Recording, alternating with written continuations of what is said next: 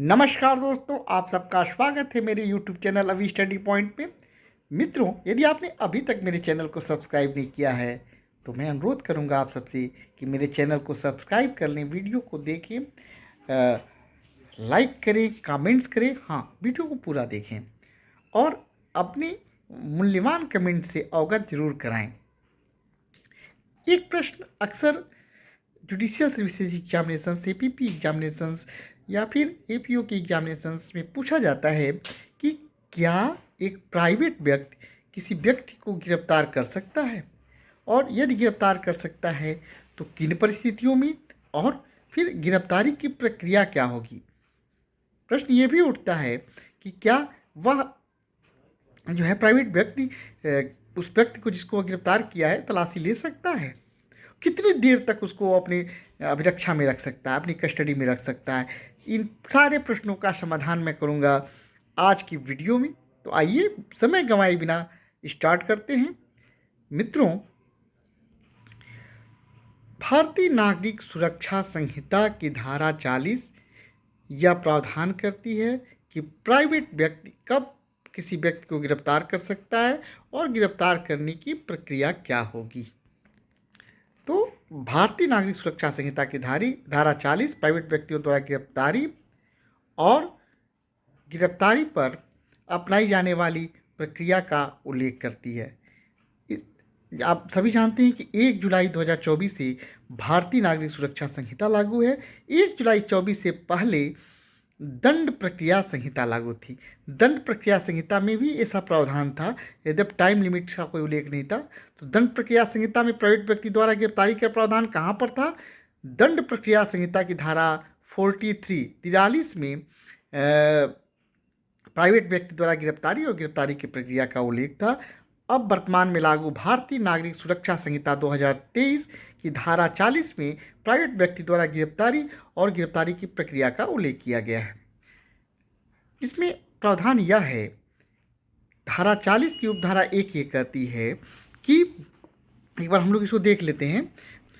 धारा 40 की उपधारा 1 कहती है कि कोई प्राइवेट व्यक्ति किसी ऐसे व्यक्ति को जो उसकी उपस्थिति में जमानती या संज्ञेय अपराध कारित करता है या किसी उद्घोषित अपराधी को गिरफ्तार कर सकता है या करवा सकता है, या ऐसे गिरफ्तार कर सकता है, गिरफ्तार करवा सकता है, और ऐसे गिरफ्तार किए गए व्यक्ति को अनावश्यक विलंब के बिना 6 घंटे 6 आवर्स के भीतर पुलिस अधिकारी के हवाले कर देगा या हवाले करवा देगा, और पुलिस अधिकारी या पुलिस अधिकारी की अनुपस्थिति में ऐसे व्यक्ति को अभिरक्षा में निकटतम पुलिस थाने ले जाएगा या जो है भिजवाएगा। तो ये 40 की उपधारा 1 है, ये प्रावधान करती है। तो 40 की उपधारा 1 से स्पष्ट है कि प्राइवेट व्यक्ति जो है किसी व्यक्ति को 2 परिस्थितियों में गिरफ्तार कर सकता है। पहली शर्त क्या है? पहली शर्त तो ये है कि ऐसा व्यक्ति प्राइवेट व्यक्ति की उपस्थिति में और जमानती एवं संज्ञेय अपराध कारित करता है। यदि कोई व्यक्ति प्राइवेट व्यक्ति की उपस्थिति में और जमानती या संज्ञेय अपराध कारित करता है तो प्राइवेट व्यक्ति ऐसे व्यक्ति को गिरफ्तार कर सकता है। दूसरी कंडीशन है कि यदि कोई उद्घोषित अपराधी है तो उसे प्राइवेट व्यक्ति गिरफ्तार कर सकता है। अब प्रश्न ये उठता है कि वह कितनी देर तक प्राइवेट व्यक्ति को अपनी अभिरक्षा में, कस्टडी में रख सकता है।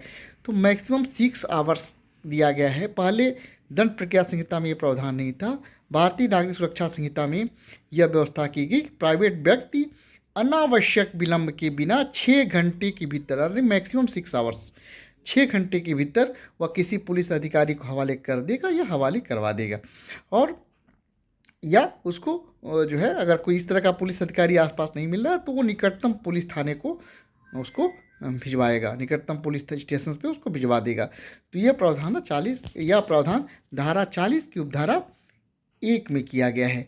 40 की उपधारा 2 यह प्रावधान करती है कि जब प्राइवेट व्यक्ति किसी व्यक्ति को गिरफ्तार करता है और ऐसा प्राइवेट व्यक्ति उस गिरफ्तार व्यक्ति को पुलिस अधिकारी को सौंपता है तो पुलिस अधिकारी क्या प्रक्रिया अपनाएगा। तो पुलिस अधिकारी यह सुनिश्चित करेगा कि उस प्राइवेट व्यक्ति का मामला धारा 35 क्या है? वारंट के बिना गिरफ्तार करने की पुलिस अधिकारी की शक्ति। तो धारा 35(1) के अंतर्गत वो देखेगा कि मामला उसका आ रहा है कि नहीं। यदि धारा 35(1) के अंतर्गत मामला आ रहा है तो वह उसे पुनः गिरफ्तार करेगा। यदि पुलिस अधिकारी को यह विश्वास करने का कारण है कि ऐसा व्यक्ति धारा 35 की उपधारा 1 के उपबंधों के अंतर्गत आता है तो पुलिस अधिकारी उसे अभिरक्षा में लेगा।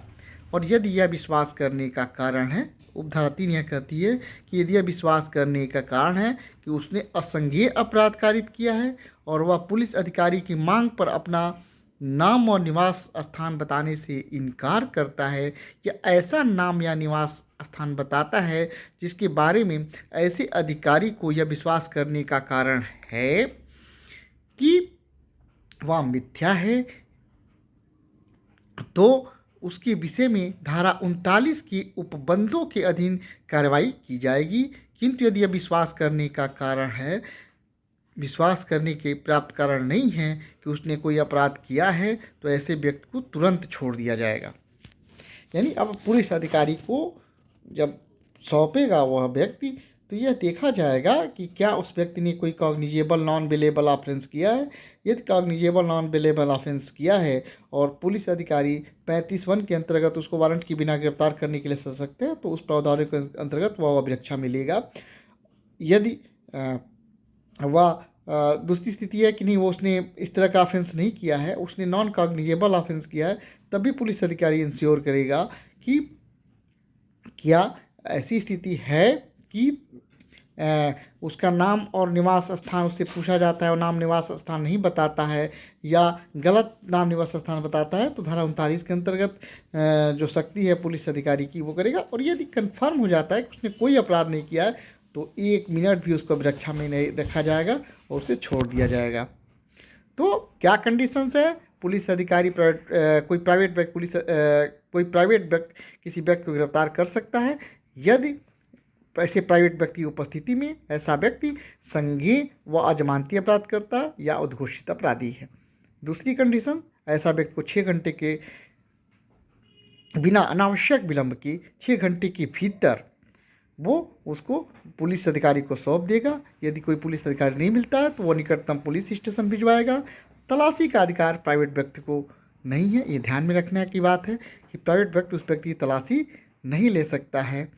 फिर पुलिस अधिकारी क्या करेगा? उसको इंश्योर करेगा कि उसने कोई अपराध किया है कि नहीं किया है। यदि अपराध नहीं किया है तो तुरंत छोड़ देगा, यदि अपराध किया है तो देखेगा कि वो 35(1) के अंतर्गत आता है तो वो उसको पुनः उसको अभिरक्षा मिलेगा। यदि अगर उसने कोई NCR नॉन कॉग्निजेबल ऑफेंस किया है तो तदनुसार धारा 39 भारतीय नागरिक सुरक्षा संहिता के अंतर्गत कार्रवाई करेगा।